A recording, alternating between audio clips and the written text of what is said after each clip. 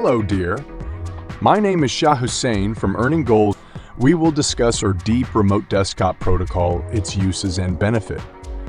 Remote desktop protocol is a technology that allows you to control another computer over a network connection.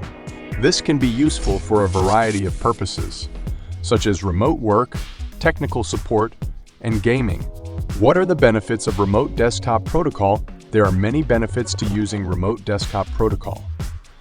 This software allows you to access remote computers from anywhere in the world, as long as you have an internet connection. Remote desktop protocol is a secure protocol that uses encryption to protect your data. This is compatible with all major operating systems, including Windows, MacOS, Linux, and Android. How to use remote desktop protocol? To use remote desktop protocol, you will need to install it on your computer. Remote desktop protocol client software is typically pre-installed on Windows computers, but it can also be downloaded for free from the Microsoft website. Once you have installed this, you can connect to another computer by entering the computer's IP address or hostname. Thank you for watching the video. Please subscribe to my channel.